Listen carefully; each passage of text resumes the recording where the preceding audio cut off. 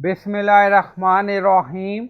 Assalamu alaikum. My name is Hassan and today we are going to upload SVG file format using plugin in WordPress.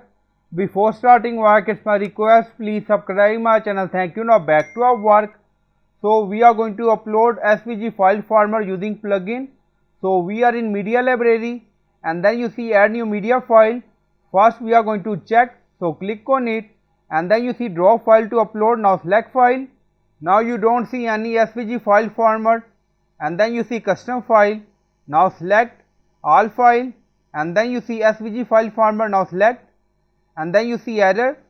So we are going to upload it using plugin. On left side you see plugin, so click on add new plugin.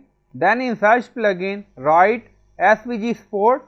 So this is plugin SVG Sport we will use. So you will install this plugin and activate it. So I already installed this plugin and then click on activate. Now plugin is activated. On left side you see setting and then you see SVG Sport, so click on it. Now we are in setting and then you see restrict SVG upload to administrator. You see multiple options, so you can do setting according to your requirement. Now we are going to upload SVG file.